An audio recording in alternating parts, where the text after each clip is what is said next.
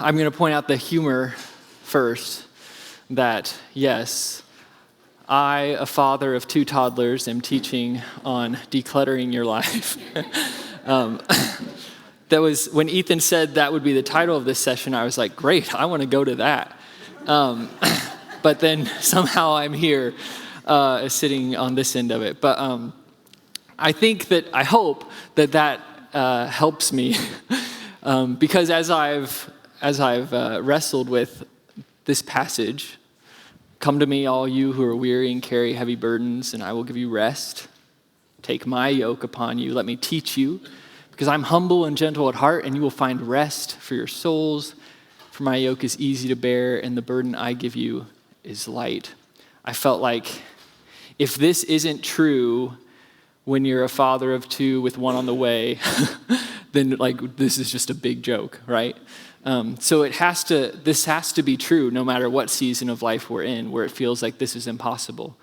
So it made me start to wrestle with it. I mean, as soon as Evie was born, I started wrestling with this and trying to figure out, what does this look like? How do we do this?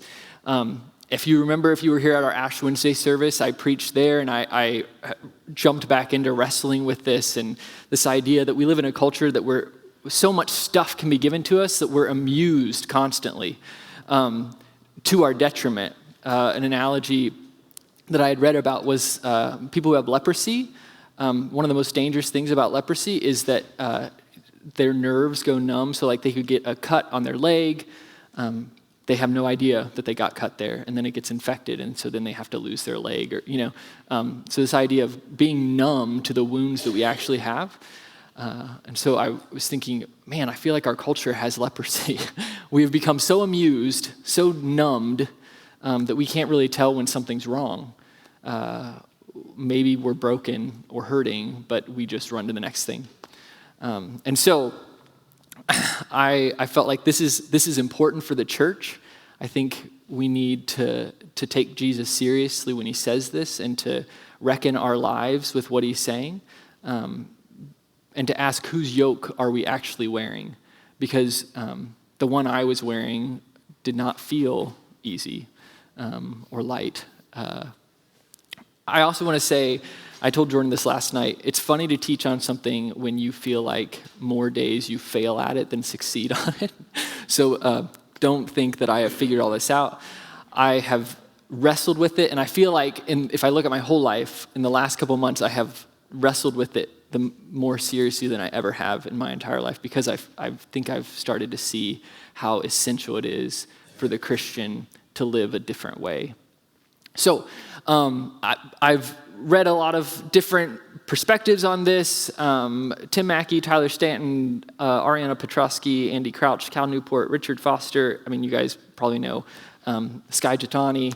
But one who I think just says it all really well is John Mark Comer in his book, Ruthless Elimination of Hurry. So if you've read that book, you probably could teach this. You're going to hear stories or ideas that he communicates. I think he does a really good job of holding that all together. So I'm just admitting up front, I stole a lot of his stuff.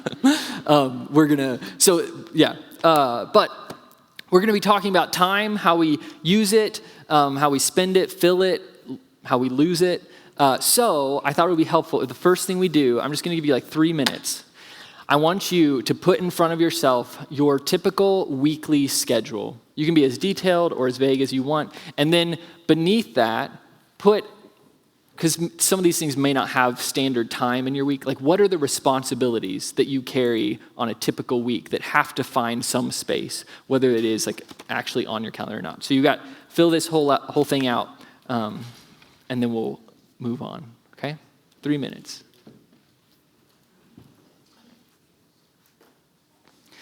Okay, hopefully that allows you, if you need more time, you can keep filling it out. Hopefully it allows us to have kind of an objective view on our life a little bit as we enter some more discussion. I want to do a quick little game with you. We're going to do a brief history of speed. So, when was this poem written? The gods confound the man who first found out how to distinguish hours. Confound him too, who in this place set up a sundial to cut and hack my days so wretchedly into small portions. 1631, 200 BC, 650, or 2024? You ready? 200 BC. Okay. So if you think time and running out of it is a new invention, think again. When was the first clock tower erected? 1722, 199 BC, 1890, 1370.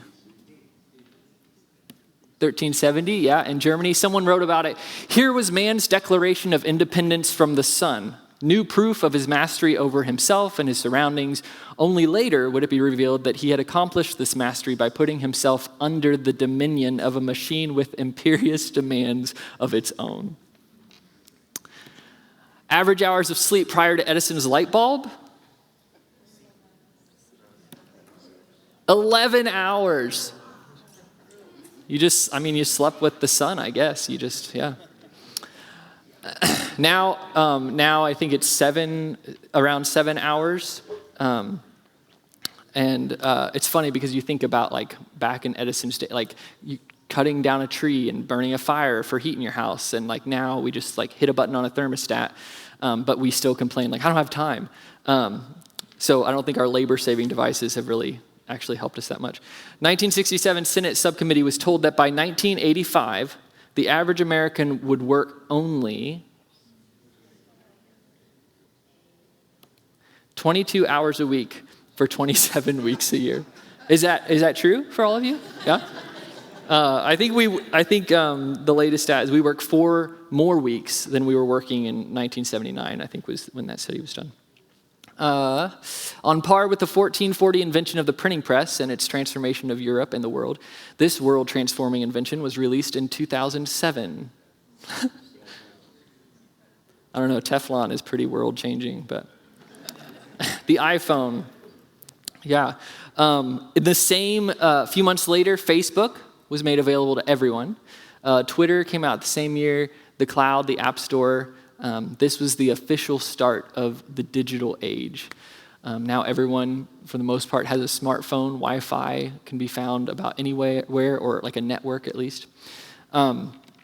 So the newest technology comes out, a lot of times we buy it. The new app, the new streaming host, software update, any of these technological inventions, and we just use them. And without asking the question, what is it doing to us? Comer talks about the Amish and how he's like, they're not against all technical modern technology, but every time something new comes out, they will meet and discuss, like, what does this do to our community? Kind of like scientists with lab rats. And I just imagine them watching us with our smartphones and just deciding what they're going to do for their community. One study concluded that the average iPhone user touches their phone 2,617 times a day, a total of 2.5 hours over 76 sessions, which, if you know the definition of addiction, the relentless pull to a substance or an activity that becomes so compulsive, it ultimately interferes with everyday life. By that definition, nearly everyone, I think, is addicted to the internet or your phone or something. And so the big question is, what is all this technology and accessibility to information and to each other doing to our souls? Comer tells a story in the British, in the height of British colonialism, about an explorer who went to Africa to explore the jungles. He hired 2 African porters to carry his luggage. They went deep into the jungle the first day. The second day, he gets up early to keep going, and the porters are like, "No, we're not. We're not gonna go. We're staying." He's like, "No, come on. We have to go. I'll pay you more." And they're like, "No." And their reason was because they were waiting for their souls to catch up to their bodies. A century later, psychologists are beginning to talk about what they're calling hurry sickness. And they're defining this as a behavior pattern characterized by continual rushing and anxiousness, a malaise in which a person feels chronically short of time and so tends to perform every task faster and to get flustered when encountering any kind of delay. A continuous struggle and unremitting attempt to accomplish or achieve more and more things or participate in more and more events in less and less time. Some of the symptoms, they say, moving from one checkout line to another because it looks shorter, faster. Counting the cars in front of you and either getting in the lane that has the least or is going fastest. multitasking to the point of forgetting one of the tasks. We think it's priorities. Like we think, I don't have time to wait in this line because I have important stuff to do here. But I am not convinced we actually have enough time to even assess our priorities. Like I'm not sure all of us would say at the end of the day, everything that I'm doing is actually very meaningful. Or to, in the moment, decide, is this more meaningful or is this more meaningful? As I wrestled with this, I realized two things about myself. One, I worship the God of efficiency. This is an idol for me. I noticed this, especially becoming a father, where something that should take 2 minutes takes 20 to 30 minutes. We're just leaving the house. Like, let's just go. 30 minutes later. In my work, I realized this. Cal Newport wrote a book recently called Deep Work, and he differentiates between there's surface work and deep work. And he says surface work are all those things that we just like get done. They don't take much thinking, emails, little tiny projects, And he's like, but real meaningful work gets done in deep work. Like you have to be in a place where you can go deep and think about that. But what happens in our culture when you're addicted to efficiency is you fill your day with surface work because at the end of the day, you can just look at everything I did. It's a huge list. If you spend a whole day in deep work, you may not accomplish anything. You may have thought all day long about something. And so that doesn't feel as satisfying. But the thing is, if all you ever do is surface work, at the end of the day, you question, like, is any of this meaningful? Like, none of this is actually accomplishing anything. It's just little tasks. Like, it's the deep work that actually is getting stuff done. And so I was realizing, like, oh my goodness, like, the God of efficiency. Like, I'm only doing surface work. I need these times to pull away and have deep work. And then the second thing I realized is that humanity has a habit of hurry hiding. I love Tyler Staton. He writes, all the way back at the beginning of the story, Adam and Eve took and ate the forbidden fruit from that one forbidden tree. They sinned. Then they hid, made clothes, argued, and blamed. They dealt with their sin through what Richard Foster calls muchness and manyness, what Michael Zigarelli names busyness, and what Dallas Willard diagnoses as hurry. And ever since then, we've always found it easiest to ignore the truth as long as we never stop moving. In the fall of humanity, we mastered the art of hurry. And so we end up as good people, but as people who are not very deep. Not bad, just busy. Not immoral, just distracted. Not lacking in a soul, just preoccupied. Not disdaining depth, just never doing the things that get us there.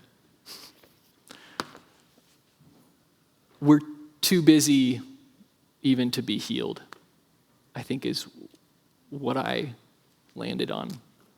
And if we're too busy to be healed, we're too busy to live in the kingdom of God, because the greatest commandment in the kingdom is to love.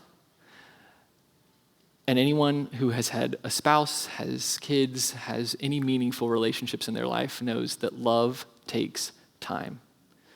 I think there's a reason Paul's first descriptor is that love is patient. Jesus was very intentional with his time. You see him like intentionally leaving and going away. But then he was also really interruptible. You think of Bartimaeus, the bleeding woman, the Gentile woman, he gets interrupted. And this merge of being both intentional and interruptible, there's a word for this, it's unhurried. Hurry is the great enemy of the spiritual life because hurry kills love. Some other statements on hurry. If the devil can't make you sin, he'll make you busy. Hurry is not of the devil, hurry is the devil. Hurry is not just a disordered schedule, hurry is a disordered heart. You must ruthlessly eliminate hurry from your life. In contrast to, then, God, who walks slowly because he is love. If he is not love, he would have gone much faster. Love has its speed. It is an inner speed. It's a spiritual speed. It's a different kind of speed from the technological speed to which we are accustomed. It is slow, yet it is Lord over all other speeds, since it is the speed of love. So, if you flip your sheet over, I want you, like in a doctor's office, when they're like, on a scale of 1 to 10, tell me how much it hurts. I want you to do a self-assessment on a scale of 1 to 10. How hurry sick are you? And then I want you to just look through, this is Comer's list of symptoms of hurry sickness. Irritability, hypersensitivity, restlessness, workaholism, emotional numbness, reactive life, lack of care for your body, escapist behaviors, slippage of spiritual disciplines, isolation, and maybe you have some others you could come up with. But think about your life. How sick do you feel like you are? And write some of the symptoms, okay? And once you've done that, I would love for you to share a little. If you don't want to share everything you've written, that's fine. Or if you just want to comment on what you've heard so far, that's fine too. Take some time, fill that out, and then discuss at your tables. Are you tired? Worn out? Burned out on religion? Come to me. Get away with me and you'll recover your life. I'll show you how to take a real rest. Walk with me and work with me. Watch how I do it. Learn the unforced rhythms of grace. I won't lay anything heavy or ill-fitting on you. Keep company with me and you'll learn to live freely and lightly. That was Peterson's translation of Matthew 11. I kind of imagine it. I think a lot of times we think of rest as like, here's my regular life, and now I'm going to rest. But as I read this is, as my life is happening, there is a way to do it where real rest exists in it. I kind of think about, I don't know if you've ever worn shoes that are too big or too small. After a day, it's like your feet are exhausted. Maybe they have blisters, or you've like just been carrying around these heavy, huge shoes. And the difference you feel when all of a sudden you put on shoes that fit you. I feel like, in my mind, this is what Jesus is saying. Like, there's a way to be human that fits you. I created you, so I know this. And culture has given you shoes that are too big or too small. And they're hurting you. Come with me, wear my shoes, go where I go, and you'll see a different way. So I felt like the first invitation from God in all of this was that he's inviting us to a different way, to find real rest, to walk and work with him, to live a life that is markedly different than the world around us. Which means, one, there will be things that I won't do, not because they're sin, but because they make my life frenetic. And there will be things I choose to do, not because I naturally want to, but because they ground my life in something bigger than myself. And the second invitation was to step away from the hurry so that God could heal me, so that I could truly love others. God made us with limits. We need sleep. He could have made us to not need sleep. He built that limit into us. Our days are numbered. Our attention, our learning has a capacity we can only take in so much. No matter where you live, you have 24 hours in your day, so you can't see, read, watch, taste, experience, be it all. Life is choices. Every yes is a no to something else. I like what Comer says here. Do you ever catch yourself with the sneaking suspicion that you'll wake up on your deathbed with this nagging sense that somehow in all the hurry and busyness and frenetic activity, you missed the most important things? Somehow you started a business, but ended a marriage. You got your kids to their dream colleges, but never taught them the way of Jesus. You got letters after your name, but learned the hard way that intelligence is not the same as wisdom. You made a lot of money, but never grew rich in the things that matter most, which ironically aren't things at all. And you watched all 14 seasons of whatever, but never learned to love prayer. I think most of us, at least I do, waste copious amounts of time. There was a recent study that said the average guy spends 10,000 hours playing video games by the age of 21. 10,000 hours. You could be pro at anything. You could get your master's and doctorate. Comer says you could memorize the whole New Testament. 10,000 hours. How you spend your time is how you spend your life. If you read 1 hour a day for a year, so 365 hours, you'd read on average about 175 books a year. The average American, so 365 hours, okay? The average American spends on social media 705 hours and watch TV for 2,737 hours a year. It's like scary when you like see the numbers like that.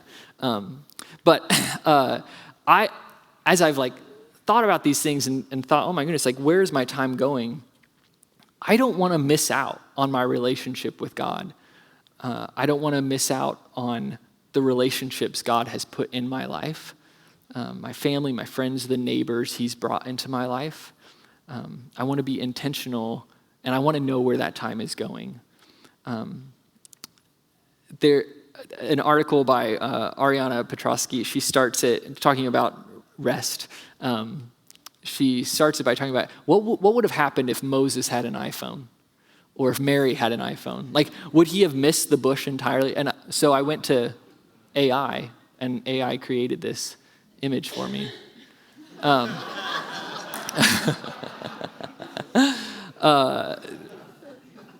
it's interesting because I was thinking about this, and if we let Evie watch Bluey, her favorite show, she can be sitting and watching it.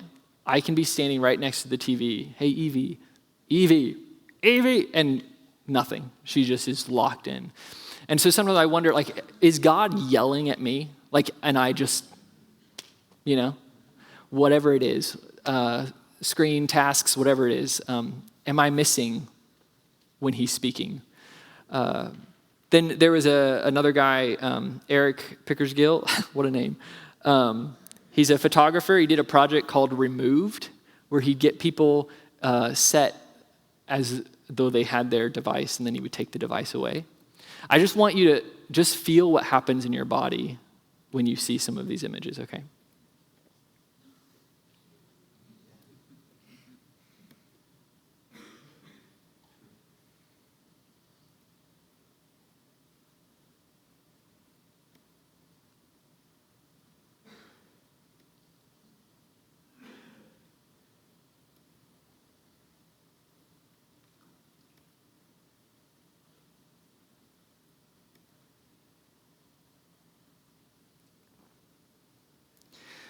I think when you see those, you realize like something else is happening than just what's happening on the device, right? There's a culture being made. You're being formed into a certain type of person, even physically. I mean, it's forming us, right?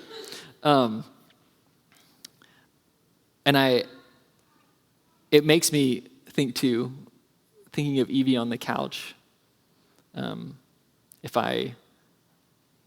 If you put, I don't know, other kids who have different faith traditions on that couch, and so you have this whole array of different faith traditions, and then you put a screen in front of them.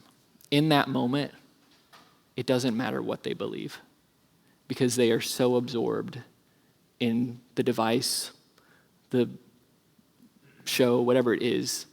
And I don't think that's the way we're called to live. I think our belief should affect how we live our life. We shouldn't just get lost in all the devices and the technology and the tasks, because then we just kind of live a numb life. We need to create space to hear, to see, to know God, and to hear and see and know each other. When you don't grab your phone when you're waiting for someone in a coffee shop, like you just leave your phone, you like have to look around and like see the people around you. when you don't just turn a show on every night with your spouse, you realize like, oh, we have time to talk to each other.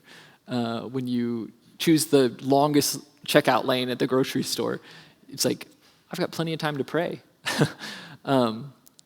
We need to create space with the assumption that God is speaking and wants to speak to us, and that he wants us to be with and to love other people.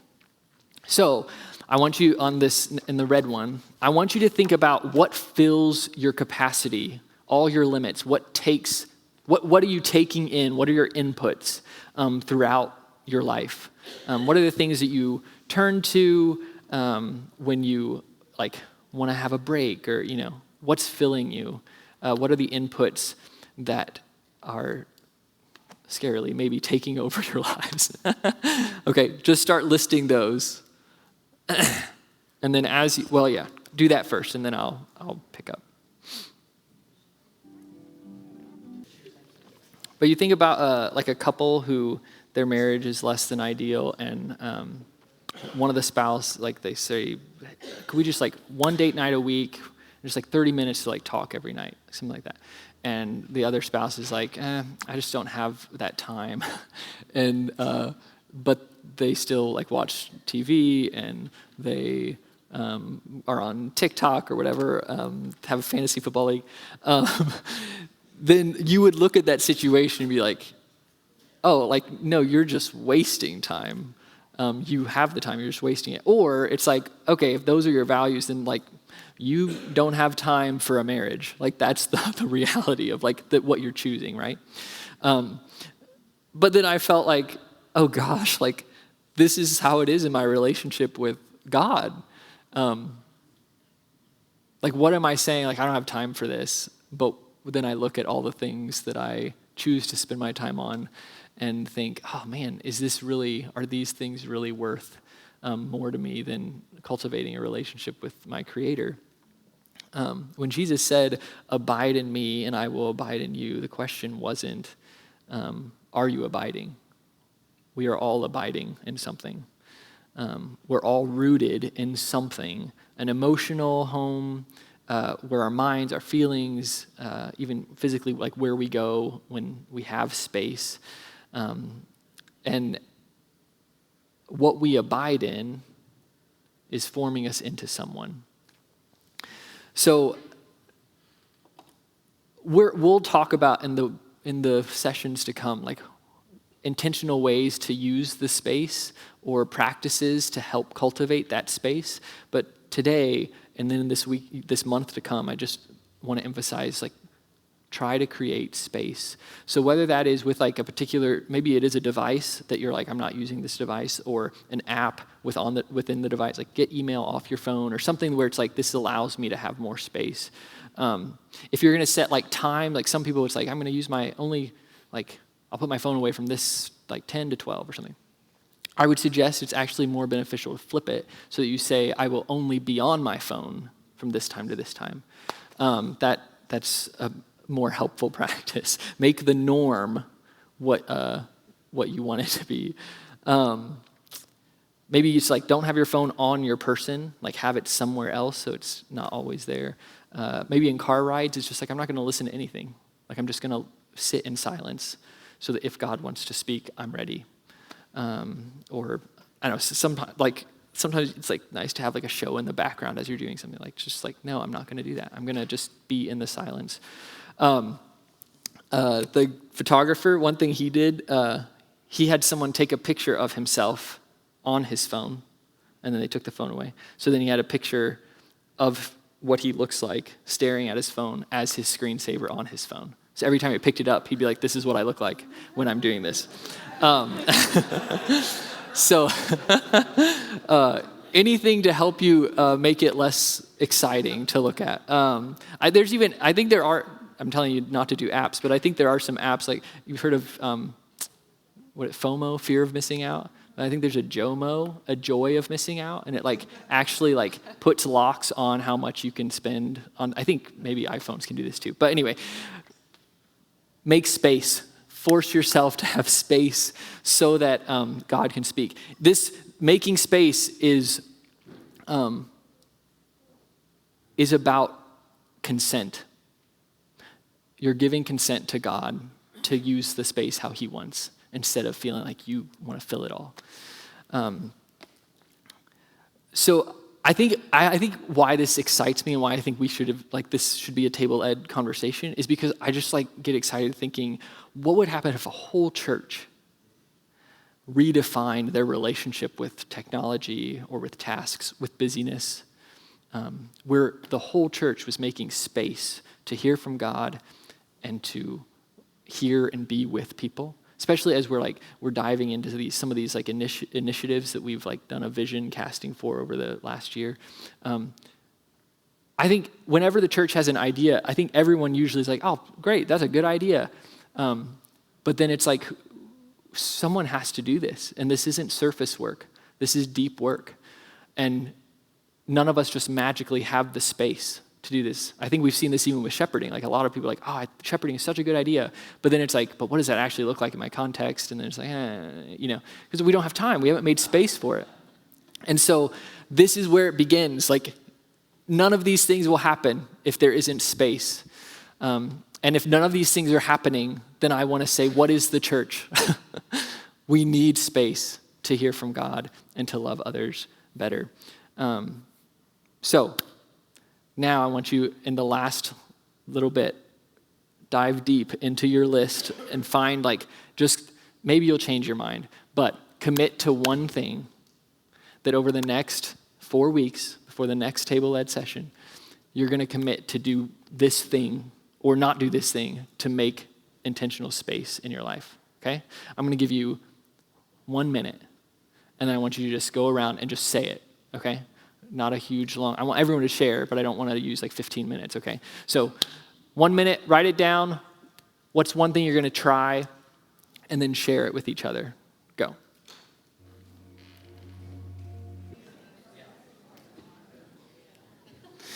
Someone once said, attention is the beginning of devotion. That's all I'm asking you to do for this month, is give attention to the space, attention to God in that space, attention to what he's doing. Jesus tells a couple of his potential disciples in John 1, come and see.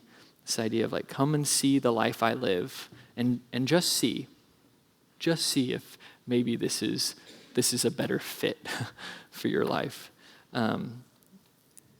You may feel a sense of withdrawal in the next 2 weeks, whatever it is, but hang in there. By week 3, it might start to feel like a new normal, and you might start to see things you hadn't seen before. I think in this, it's always a temptation for Christians to feel like Jesus and some of these habits are a means to an end, that if I do this, this is how I get to heaven, or this is how it's going to give me a successful life, or it's going to get me this happiness feeling. He is the goal. He is the end. He wants to be with you. Make space for him. Slow down, notice him, and notice the things that he cares about.